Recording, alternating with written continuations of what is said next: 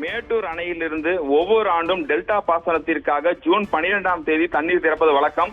தமிழ்நாட்டில் 12 மாவட்டங்களில் உள்ள 17.37 லட்சம் ஏக்கர் விவசாய நிலங்கள் பாசன வசதி பெறும். இதன் மூலம் அதாவது ஜூன் 12ஆம் தேதி தண்ணீர் திறக்கப்பட்டுள்ளதால் நாமக்கல், கரூர், திருச்சி, தஞ்சாவூர், நாகப்பட்டினம், மயிலாடுதுறை மாவட்டங்களில் 4.91 ஏக்கர் நிலமும், கடலூர் மாவட்டங்களில் 30.800 ஏக்கர் நிலமும் பாசன வசதி பெறும். திட்டம் ஒவ்வொரு ஆண்டும் ஜூன் 12ஆம் தேதி மேட்டூர் அணையிலிருந்து தண்ணீர் திறக்கப்படும். ஆனால் தற்பொழுது காவிரி நீர்பிடிப்பு பகுதிகளில் மழையின்மை காரணமாக மேட்டூர் அணைக்கான நீர்வரத்து தொடர்ந்து குறைந்து கொண்டே வருகிறது. ஒவ்வொரு நாளும் தற்பொழுது நீர்வரத்தானது தற்போது 10 அடி 15 அடியாக குறைந்துள்ளது. மேட்டூர் அணையின் நீர்மட்டம் அணையின் ஒவ்வொரு முறை நீர் திறக்கும் பொழுது மேட்டூர் அணையின் நீர்மட்டம் 100 அடிக்கு மேல் இருக்கும். ஆனால் தற்பொழுது 55 அடியாக தற்பொழுதே குறைந்துள்ளது.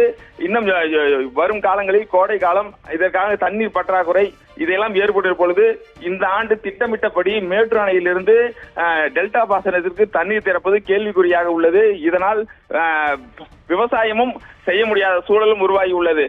அதாவது காவிரி நீர்பிடி பகுதிகளில் மழை பெய்தால் மட்டுமே அதற்கு மேட்டூர் அணைக்கான நீர்வரத்து அதிகரிக்கும் பட்சத்தில் தான் இந்த ஆண்டு திட்டமிட்டபடி மேட்டூர் அணையிலிருந்து நீர் திறக்கப்படும். தற்பொழுது வரை மேட்டூர் அணையின் நீர்மட்டம் 50 அடியாக உள்ளது. நீர் இருப்பு 21.10 TMC ஆக உள்ளது. அதாவது நீர் வெளியேற்றம் வினாடிக்கு 1200 கனஅடியாக மேட்டூர் அணையிலிருந்து தண்ணீர் வெளியேற்றப்பட்டு வருகிறது. மேட்டூர் அணைக்கு நீர் வரத்தை காட்டிலும் நீர் வெளியேற்றம் அதிக அளவில் உள்ளதால் அணையின் நீர்மட்டம் வேகமாக சரிந்து கொண்டே வருகிறது. இந்த நீர்மட்டத்தின் மூலமாக தான் 22 மாவட்டங்களுக்கு குடிநீர் தேவைக்கும் பயன்படுத்தப்பட்டு வருகிறது. இதே நிலை நீடித்தால் இந்த மேட்டூர் அணையின் நீர்மட்டம் தொடர்ந்து சரிந்து கொண்டே வரும். எதிர்வரும் காலங்களில் குடிநீர் தட்டுப்பாடு ஏற்படும் சூழலும் உருவாகி உள்ளது. மேட்டூர் அணையிலிருந்து இந்த ஆண்டு திட்டமிட்டபடி ஜூன் 12ஆம் தேதி தண்ணீர் திறக்கப்படுமா என்ற ஒரு கேள்வியும் எழுந்துள்ளது. பானு, விவரங்களுக்கு நன்றி ஆனந்த்.